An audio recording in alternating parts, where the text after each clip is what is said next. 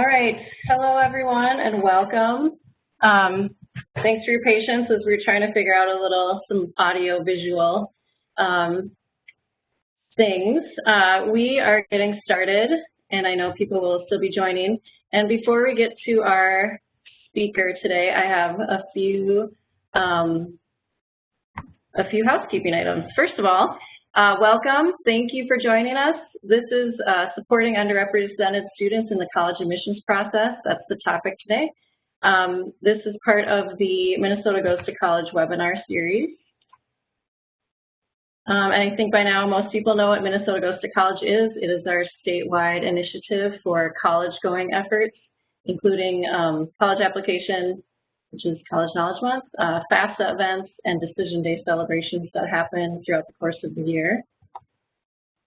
And just a little reminder, if you haven't already, to register your site. And we are like in the middle, well, we're in the beginning of College Knowledge Month, so it started. I know sites are really busy with their programming and events. And again, I'm one of the co-chairs, so please let me know if you need anything or have questions. You can see me, obviously, and Kat is one of the co-chairs as well. She works at the Office of Higher Ed and was unable to join us today. And then I'm giving you the commercial in the beginning because I don't want to have to come back after our super awesome dynamic speaker today to tell you these things. So I'll be quick. Next week, our topic is navigating college admissions during COVID, how the landscape has changed a little bit, and how admissions decisions are being made. So I think that's a really important topic. And then also this month in October, we will have the FAFSA line-by-line training as well as the DREAM Act training. And so those will take place during our Tuesday webinars. And then just a reminder too that the Office of Higher Ed has public engagement calls every other Wednesday morning. And this is the topic for tomorrow morning's call. I'm sorry, October 14th call, American Indian Experience in Higher Ed. And okay, I just wanted to breeze through because I know Derek has a lot to say. So today our speaker is Derek Francis. He's the Manager of Counseling Services at the Minneapolis Public Schools. And we are so excited and lucky to have him speak today. I'm super excited for this topic and his presentation. Very dynamic speaker, very passionate. So without further ado, I'm going to pass the presenter ball over to you and you can get started. Awesome. Cool. Thank you so much, too, for the introduction. Glad to be here. It's the home state, so it makes it even more exciting because, so I'm the presenter now. So I'm super glad. And it's share my desktop, correct? Yes. Yep. Okay. Whatever's on your desktop. Awesome. Okay. So then, cool. I'm excited and really, really glad for the opportunity to be here to present. So thank you for being here. This is called Minnesota Goes to College, Explore, Plan, and Apply. And it's awesome to have an opportunity to connect with the Office of Higher Education, especially in this crucial time in our country, where I know we're navigating so many different things and adjusting as you've seen us doing. And so it's awesome that these sessions are available for us to all grow as we do this work to support all students in Minnesota as they prepare for post-secondary. So a little bit about me. I'm Derek Francis. I'm the Manager of Counseling Services for Minneapolis Public Schools. That's my daughter, Grace. She'll be joining schools here in Minnesota in like 2 and 3 years when she starts kindergarten. So that's part of the passion for why I enjoy doing this work. And so I enjoy being a school counselor. I've done that for 9 years, North High, Champlain Park High School, and then now in Minneapolis in this manager role. And so I also do equity and diversity and inclusion across the country for American School Counselor Association. I've done presentations for them, and so I'm so passionate around this. One fun fact is the first time I ever met an African-American school counselor. I was 26. It was my second year of grad school when I met the first licensed school counselor that was African-American. I'll come back and talk about some of that later. And so also for those of you that are joining us, I always like to check in and get to know people. Who do we have here? Are you a high school counselor? I was a high school counselor all the way through. If you're a middle school counselor, and then also if you want to share in the chat what city you're from. If you're from out of state, where are you coming in from? This session that you're here for, this is what's going to be kind of our starting point to understand why we're here. Oh, and I forgot to say, I'm from, I work in Minneapolis Public Schools, currently live in Fridley, been in Minnesota my entire life. And so we're going to talk about today the high school and college experience for Minnesota students of color, Minnesota data on post-secondary attainment, and then we're going to look at the impact of educator bias in post-secondary planning, and then we're going to talk about some strategies for post-secondary exposure for students of color. So that's what we're going to cover today. As we're in this presentation, it's really important that you think to yourself and start grounding yourself in understanding who in my building are the students that are from underrepresented populations. I know right away the assumption is that always students of color, and it's not always students of color. Sometimes, depending on the building you're in, it can be white students. It could be students who are lower income. It could be students who are have different sexual orientations. It could be students who are from different parts of town. It could be students who are athletes. So I think being mindful of who the underrepresented populations are in your building, it looks different based on where you're at, the building you're serving, the community you're in. So just be aware of that. I do talk from the standpoint of working in Minneapolis, so I address race quite a bit, but I do work on having the humility to make sure we're addressing other intersectionalities. So those are some pictures of students that I enjoyed working with as a school counselor, and got to see them go off to my alma maters, Augsburg and the University of Minnesota. And so I always love I miss being a school counselor and working with my students and connecting with them. I also want to say Happy Principals Appreciation Month. I've worked with some awesome principals in my years as a school counselor. Dr. Harris-Berry, she's here in Minneapolis. She was awesome to work with at North. And then I had an awesome principal mentor pour into me, Ryan Lager, down in Belle Plaine. So principals, thank you. So as you're entering this time right now, I want to make sure that you see it as you get your mindset ready for where we're at. And so I see this as we're having a conversation, Minnesotan to Minnesotan. This could be a conversation we could be having at the state fair. We could be having a conversation like this, maybe walking around the neighborhood, and seeing each other as educators where we're like, all right, we're Minnesotans, we're educators. We want to connect and get this right, and we want to do this work. Some people have had conversations around race and understanding bias and supporting students from underrepresented populations. And some people are coming here for the first time to have this kind of conversation. So want to honor that. And I want you to know that this is a space to learn. Also, that means with that learning will come some vulnerability. So knowing that and being vulnerable, that might be addressing some bias you may have. And I look forward to leading us into what that vulnerability looks like, because I think it's really important to address some of the issues in the profession of education that may be hindering students from applying to post-secondary. And so we got to address some of those things. And then also being proactive. So coming here and doing something different. And that means doing something different that will help your students from underrepresented populations, especially during this time where we're in a pandemic. And so that's why I'm looking forward to supporting you all with today. Looking forward to take some notes, get ready to have an awesome dialogue. Again, I'm a Minnesota guy, so I got to share where I went to college since we're here talking about college.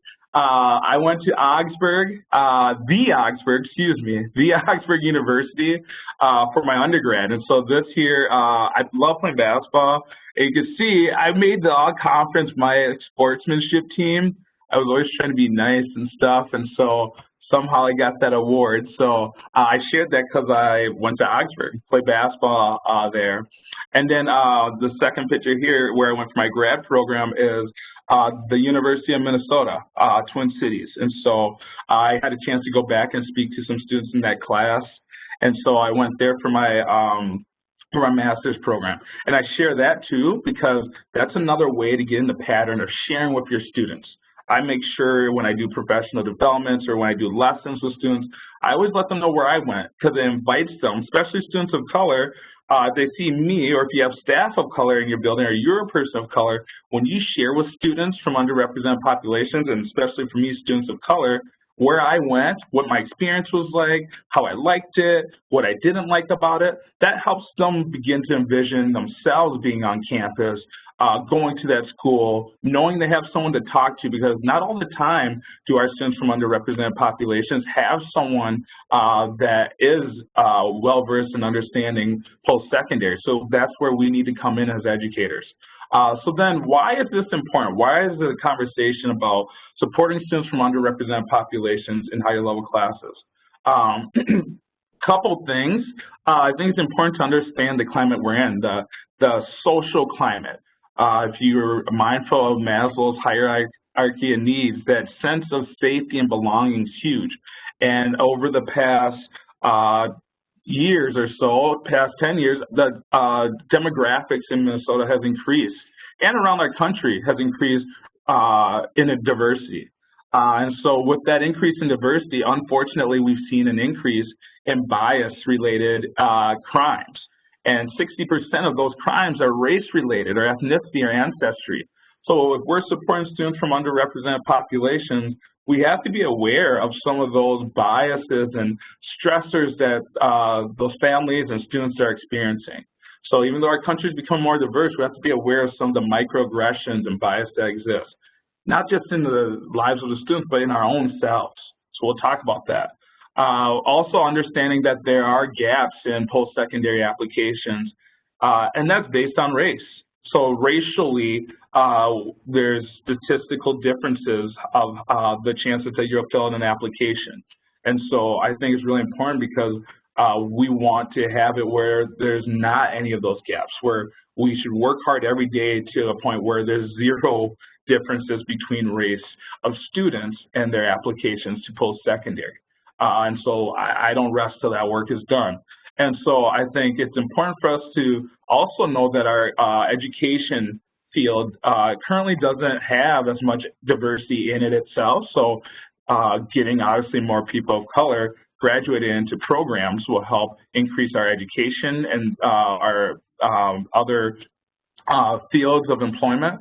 But also sometimes educators who may not identify with as a person of color may not really understand some of the hurdles or barriers that come with applying to post-secondary as a person of color. So that's something to be mindful of. And so now I wanted to get us started with a video, and it was done by WCCO. And they talk about, and this goes deeper into understanding Minnesota and why this matters for us here in Minnesota. Born and raised, this is home for me. This is our state, the whole state, this matters. And so in this video, they share a lot of different data points that impact people of color in Minnesota. And it ties in how, for us, understand why going into post-secondary, maintaining a career, finding a career, getting a job, how that will really impact the different disparities that we see in Minnesota. In our data. So we tried to have it where you could watch the video as we're playing it on my screen, but unfortunately that feature made it very choppy. So what we're going to do is have you all look in the chat, and earlier what we did was I can repaste it. I can repaste it. Sorry. That was awesome. No, I'm no assuming worries. it's the YouTube. I'm assuming it's the YouTube. Yep, it's that video number 1 on YouTube. So watch that, and it's about a 4-minute video. So what I'll do is pause for 4 minutes, and then we'll have you come back, and then we'll just discuss how that video ties into the work that we do of supporting students from underrepresented populations into applications in colleges. So take a minute, click on the link, watch it for 4 minutes, and then we'll be back here in about, we'll come back in like 5 minutes, like so 2:44, or excuse me, 2:54-ish. So I'll pause my screen and then see you back here in like a couple minutes. Kind of get us started. That video shared a lot of information, and I know that information can be tough for us to hear as people from Minnesota because it's hard to hear. This is our state. Our state has the 5th highest racial disparities in home ownership. And it's important to know that education in Minnesota and home ownership are huge ways to build wealth and make your way out of poverty. And so being aware of how that is a need that we need to start to work towards for our students and families from underrepresented population. We have academic achievement gaps, some of the highest in the country. And then household income, median household income for families of color is much lower than it is for white families. And then also we have, as we've seen during COVID, the health disparities, how families of color tend to be impacted by the pandemic more than white families. And so I think we have to swallow that tough information if we're going to do the work to support students from underrepresented populations in applying to post-secondary, because we really have to center the why, the urgency, the importance for doing this work for our state, for making sure that we're having a heart and we're in a posture of complete humility to say, I want to learn how to really sharpen my skills to support students and families in our state that we know are not achieving at the same rate as our white students. And I think it's important to know that. And so we have to address just knowing that sometimes Minnesota nice gets in the way where we don't want to face some of those harsh realities. So I think I love being from Minnesota, and I want this to be a place where we can say, and it's personal for me because now my daughter, she's biracial. She's going to begin school, and when I think about sending her into school, wherever she goes, knowing that already her chances of post-secondary completion rate, there's a disparity to the gap. I look there, I see multiracial. That's my daughter. And it's going to be a bummer knowing that she's going to be coming in to those types of stats. So how can we, that's why this work is for real. Because there's people out there with kids and here in Minnesota, our Minnesota Nice means we care about all the kids. So we care that there's a gap in our graduation rates between our white students, our Latinx students, our African American students, our American Indian students. My goodness.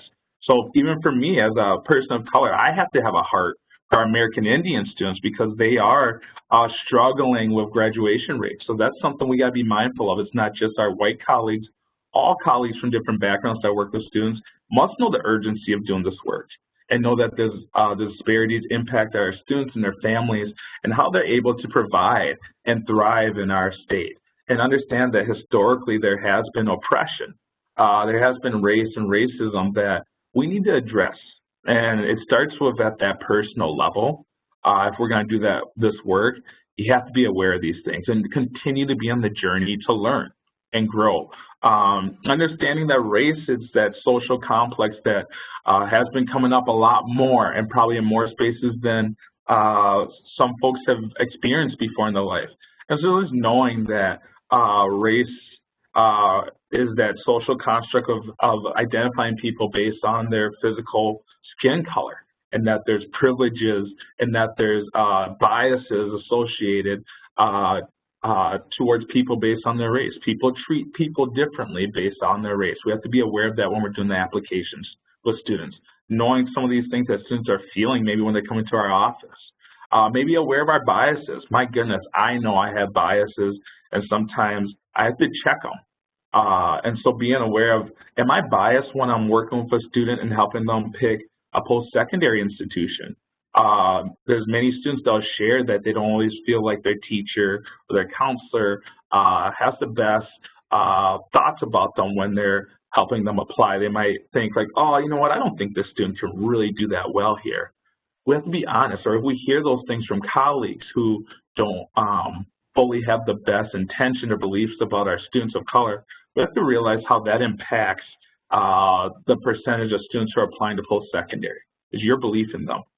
Also, being aware of privilege. I have privilege. I know some people get uncomfortable hearing that word privilege, but I was privileged enough growing up that I had parents who did go to certificate programs, and they pushed me to apply and go to college. I had privilege because they could pay for my application fee. And so I had privilege. I had a ride to even get to my college tour. And so some of you may have other privileges out there, like maybe parents who paid for your post-secondary, or maybe you're a legacy family where everyone in your family just goes to college. Being aware that some of our students from underrepresented populations don't have those privileges. And so it's important to know that. Like even the fact that I went to get my master's degree, there's so much privilege in that.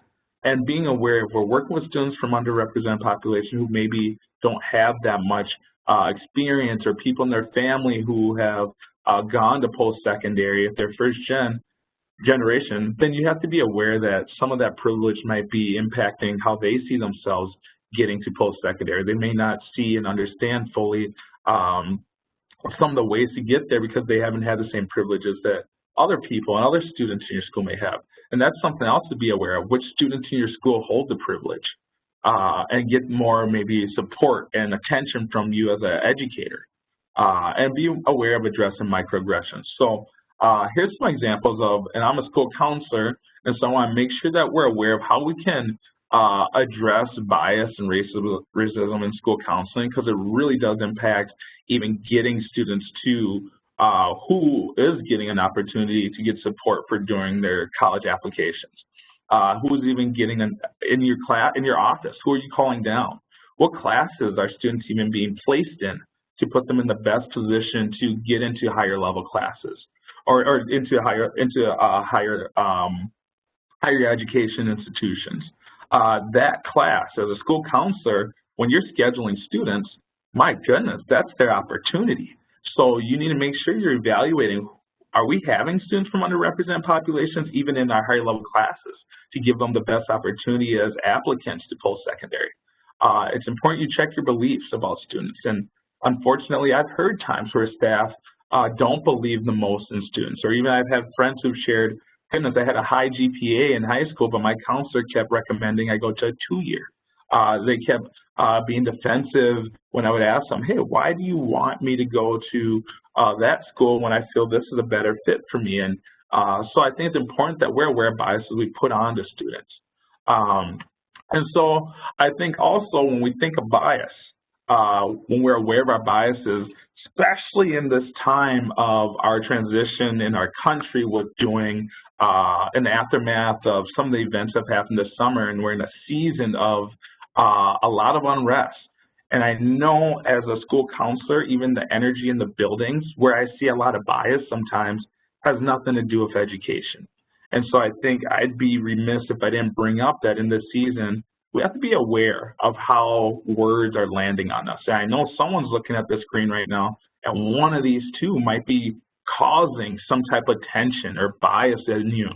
And I ask you to please be mindful of how you navigate some of the biases you have towards your students.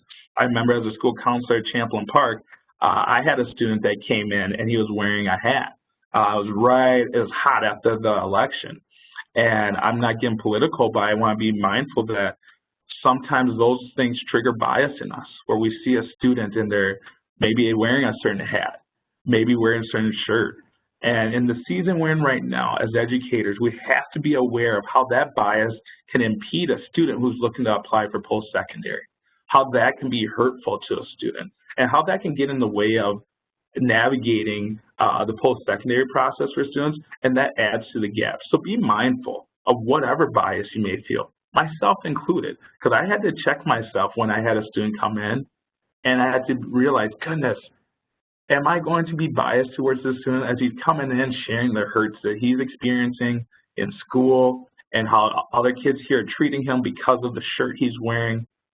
Or am I going to support him and let him know, hey, I'm sorry that you're feeling that hurt. I'm still here to support you. I care about you equally. Let's get this application done. That's what we need to do as educators, to set aside any bias or microaggressions we have towards students. And you know what? We're here to support them, encourage them, be uplifting to them.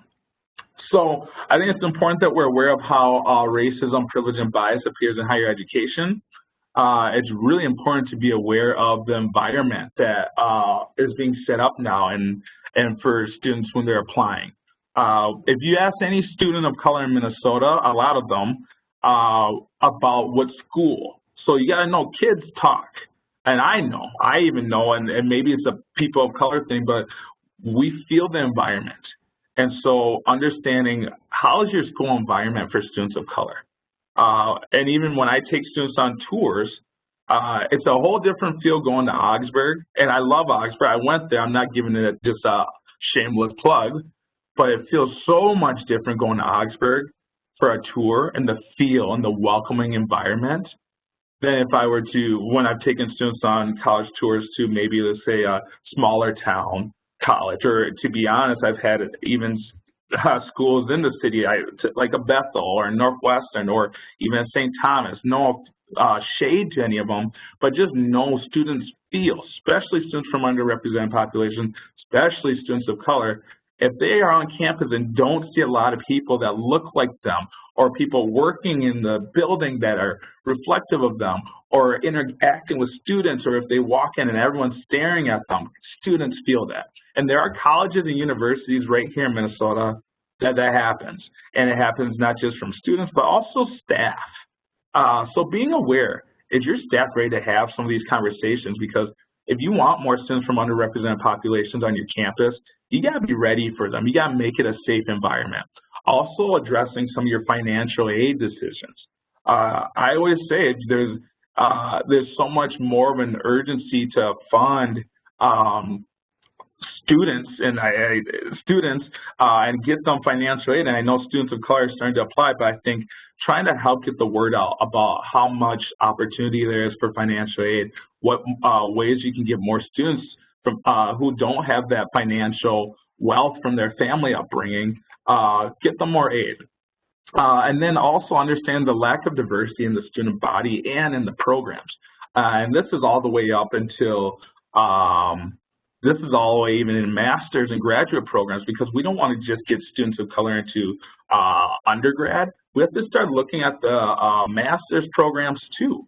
And so what's the diversity look like in those programs? What's the staff diversity? But not only that, just being aware, again, of, I went to the University of Minnesota for the school counseling program, but just even so many times in that program where I didn't feel like I fit in. And I love the content, but there's so much times where you don't feel like, goodness, like my voice is being heard, or do I even belong here?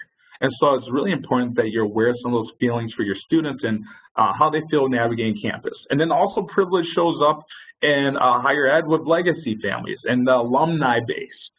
So many students are well aware of, oh, I know this person who went there. And it's usually students that have more financial and education privilege, where they have the system and the family background of knowing about these different post-secondary institutions and people who work there, who went there, have swag you can get you tickets here, get you scholarships there.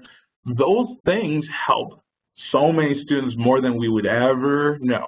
And so it's important to know about some of those privileges that some students do get and some don't. And so as I share all this information, I think it's really important for us to, and this is not just for high school counselors, but also those of you working in higher ed, working in colleges.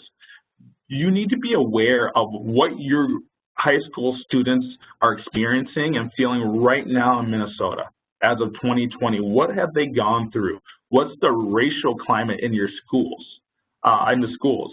Because you have to be aware of the social emotional burden that students are coming to your post-secondary institution with. Not only that, you have to be aware of, is your place somewhere safe for students of color to feel like, okay, I've navigated a lot of things in my schooling. Do I feel safe going to college here? I'm paying money now to go, and I've already experienced a lot of microaggressions and maybe racism, and now I'm getting encouraged to go apply to a post-secondary institution where it might be even more racially segregated. So it's important to be aware of that, and especially in the times that we're in. And so there's been several articles that have came out sharing about the experience for students of color in Minnesota, in our high schools. And so if you've had a chance to see that some of the articles, there was one that came out a couple weeks ago. I can't remember which one of these came out most recently, but they came out where students were sharing about their experience. So students of color were sharing about their experience in high school here in Minnesota, the different things they heard and felt from students. And then also understanding that the different times they felt microaggressions on, man, do I even belong here? What's it like in this higher level class? The segregation within the school building where certain students from certain backgrounds navigated and hung out in this area. And I remember seeing that in the high school I went to. So colleges, please be aware of what students from underrepresented populations are experiencing, because you can't just have students come from one trauma in high school and come to your college and duplicate that same experience. And be mindful of the time we're in with COVID-19. All these experiences are called, have been coined as racial battle fatigue. It's a study that came out of the University of Utah, and other programs are doing it now, where they looked into students of color and how much stress and trauma they experience during their first year of college. And so if you ever get a chance, please look up racial battle fatigue, because it's so important to know if you're in any level of education, the stress, the trauma your students of color are carrying with them. You can't help them do an application if you don't know them, their social, emotional well-being, what they've navigated, what they're carrying, what hurts have happened. So it's really important to do that work so that you don't duplicate that same hurt onto students, because that is one of the key things if you're into childhood, adolescent development. Adverse childhood experiences, and when you add the complexity of racism, every person of color who's ever experienced racism, especially at a young age, they remember those moments, those childhood experiences. So we need to be aware of some of those things that we may be doing as educators. Also, another question to ask yourself, how is your campus prepared to support students in the aftermath of George Floyd? My goodness, Minnesota is center stage, Minneapolis, center stage for a huge change in our world. And so it's important to know, did you have a conversation with students after the death of George Floyd? If you didn't, that's one of your first things you got to do. Your school should have had a conversation with students, because that's a trauma, and students of color definitely are wearing it. Here in Minneapolis, we're aware of that.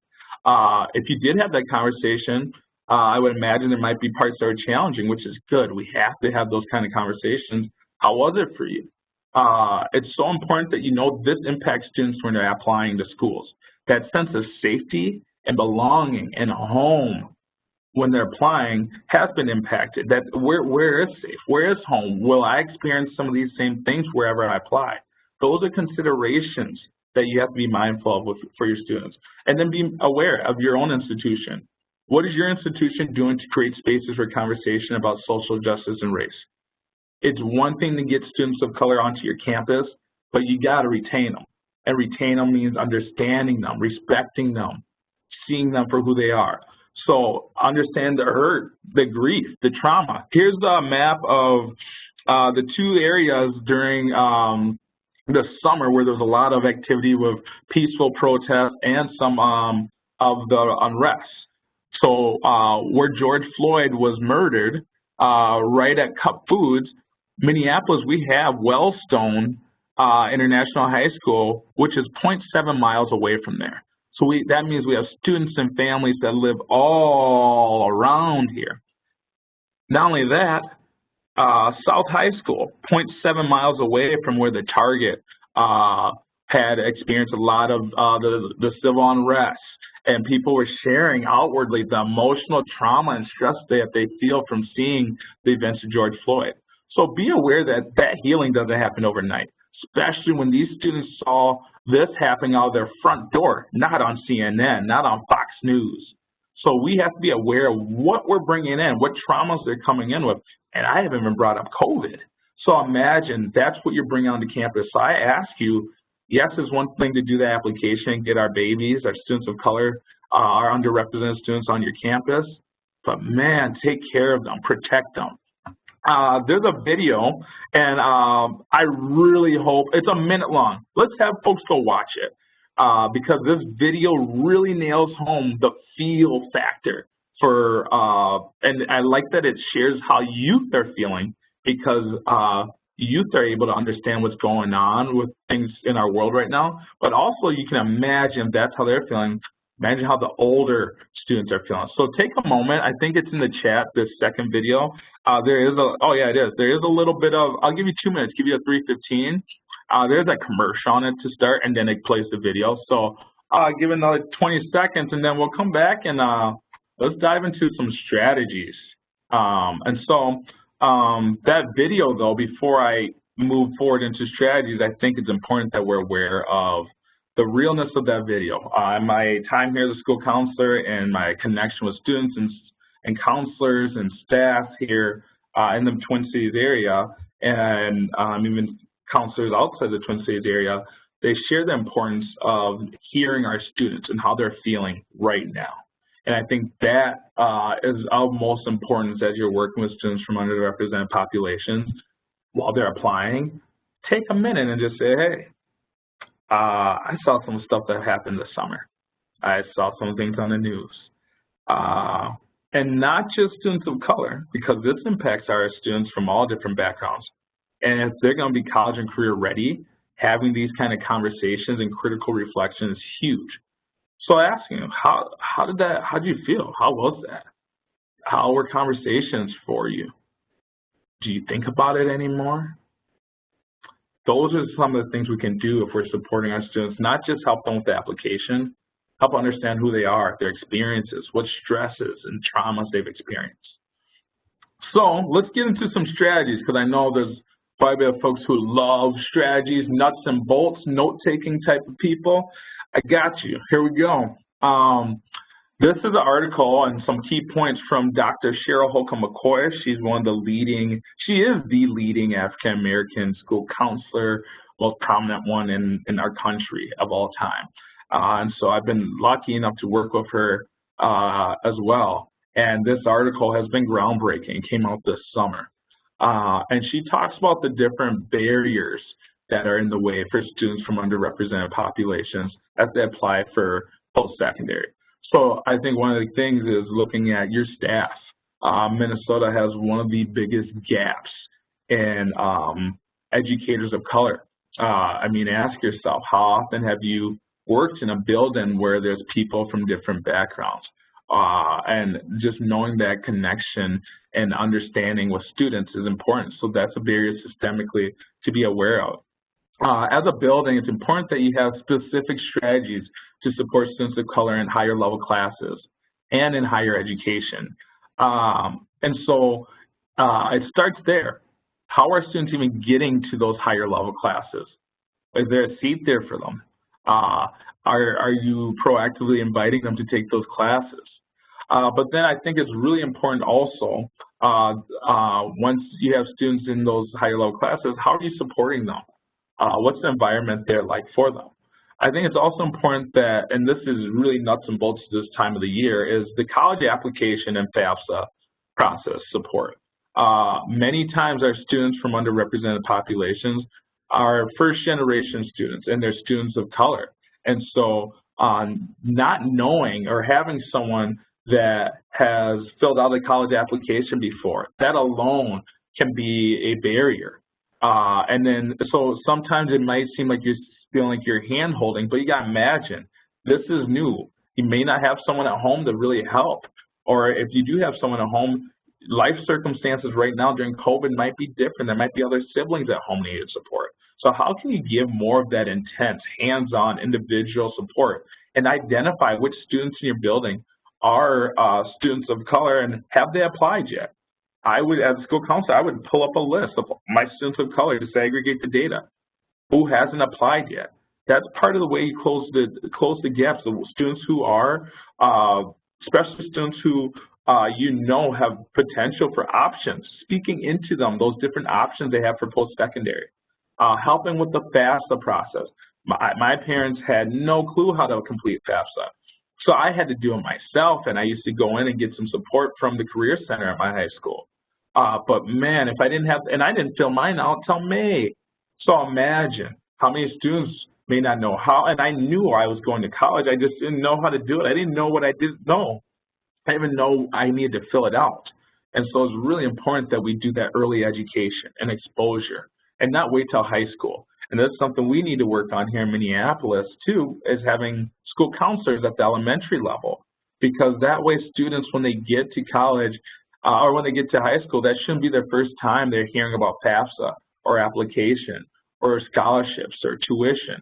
And I think that's what some students who have had that generational privilege, they come into high school, and there's been students where they know more than me. And I know that they had older siblings or someone at home that was really encouraging them. Students from underrepresented populations don't have that privilege all the time. And so we need to be there to step in the gaps.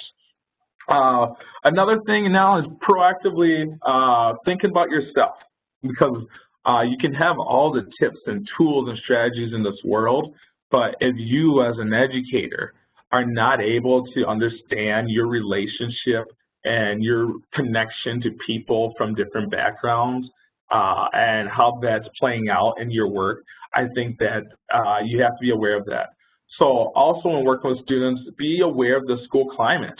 What's the messaging for students of color in your building, your students from underrepresented population? Are they seen?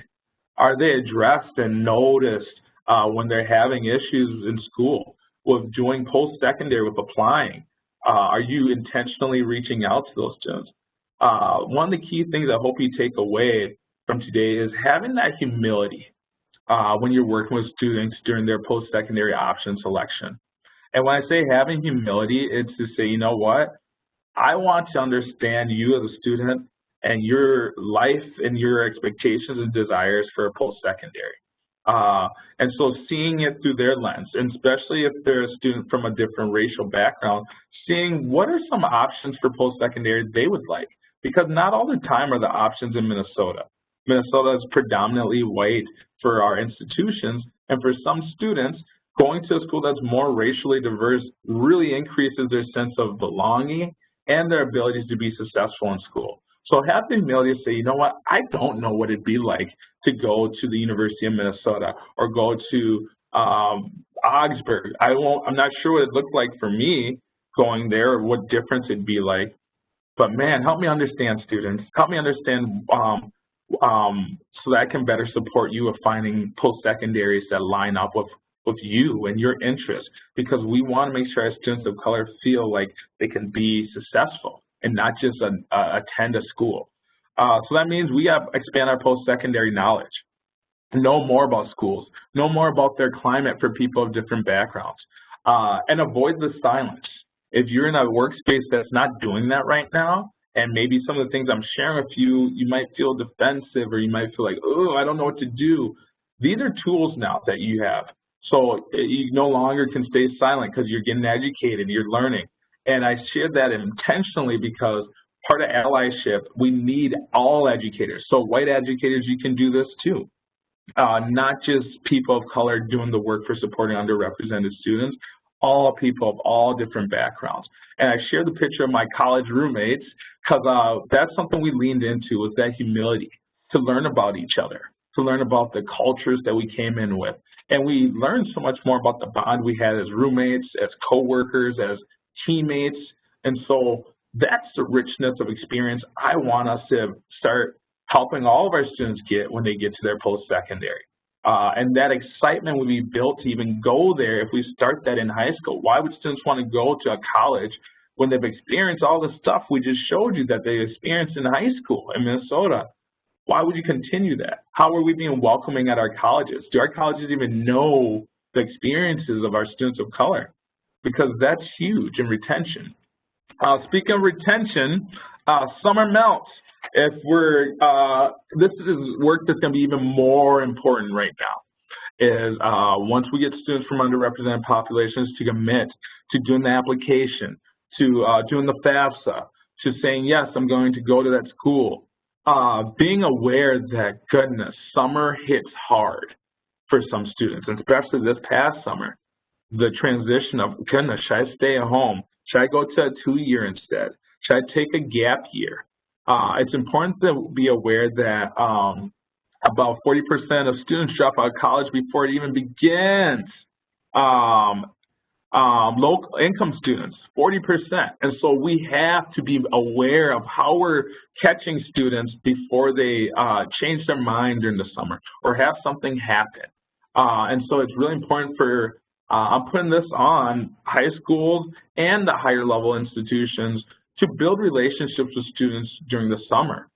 If you can, put them in direct contact with someone at school that they know they'll check in on. Someone who will say, oh yeah, I can't wait till you get here. What questions do you have? Did you see we have this event coming up? Oh, we have an overnight when things are better. You have to maintain those touch points. I know that there's been those summer nudging or those summer texting campaigns. Those are needed, particularly for our students from underrepresented populations. The reason for that is sometimes the nervousness, the cold feet of, wow, I'm really doing something different for the first time. I'm the first in my family, or maybe it's not for me, or I'm nervous.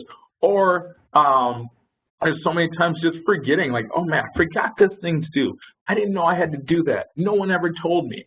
So be aware of that for your students and serve them with humility and say, hey, I got you. That's what I'm here for. I saw how hard you worked in high school. I want to see you go into college and do that too. That's the kind of way we have to support students. And I got to give a shout out to our College Access Network partners in Minneapolis and throughout the state that have been so helpful. We can't do this work without you as partners. So I think it's really important that we lean into our partners and find opportunities to help them bridge into students during distance learning.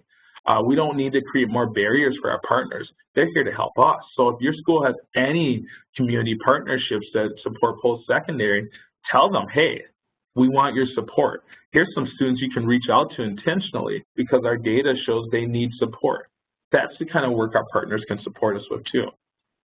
So made it through a ton of slides and information with 3 minutes to spare. So I wanted to leave time to see if there's any questions in the chat that can be answered, or anyone want to have any brief dialogue before we wrap up. And I haven't had a chance to see the chat, but I hope that if there's any questions, anyone can feel free to throw out a question and we can maybe answer it, maybe offer some strategies that you all can utilize here this year as you support students from underrepresented populations with the applications. And anyone can feel free if they know anything that post-secondary institutions are doing right now to be helpful.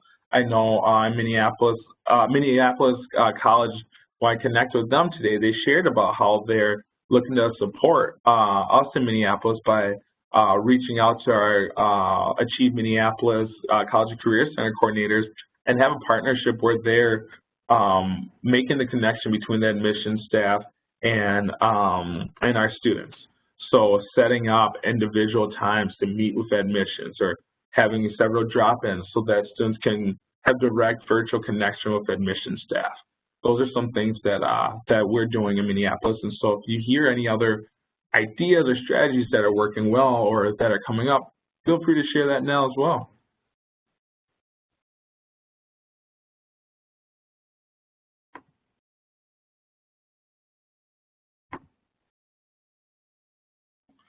Well, we got like 30 seconds left. We covered a lot today. What's one strategy you can use from today to help support students from underrepresented populations? And then I think another thing to be mindful of is, what is one thing that your school or your team can do to address bias, privilege, and race situations in your school? So those are some things to think about. I'm excited that I'll be supporting educators around the country this week. Later this week, I'll be presenting for St. Louis County, talking about supporting staff And then also California School Counselors Association. So if you want to check out that, or if you like some of the stuff you heard today, I support educators with Action Results. They're based out of California. So tons of information shared today. But if you desire to connect more moving forward, I'd love to. So that's about all I got. I'll stop sharing my screen. Thank you, Derek. Yeah, thanks for having me. Totally. Awesome presentation. Thank you so much. If you are willing to share your email address in the chat, if anyone wants to reach out to you, maybe about those opportunities you just shared or any follow-up questions. Yeah, for sure. And then this session was recorded. I know there were a lot of people that couldn't attend for various reasons, so it will be posted on our webinar website or webpage. And then also I'd love to have your slides too, so I could post those. And I always send it out to everyone who's on the call or who registered. Yeah, I'll send it over. If anyone wants to talk through it, let me know. I hope everyone has a good, solid MEA break next week and relax. And yeah, that's all I got. Thank you so much, Derek. It was awesome. Thank you. Thank you so much. I appreciate it.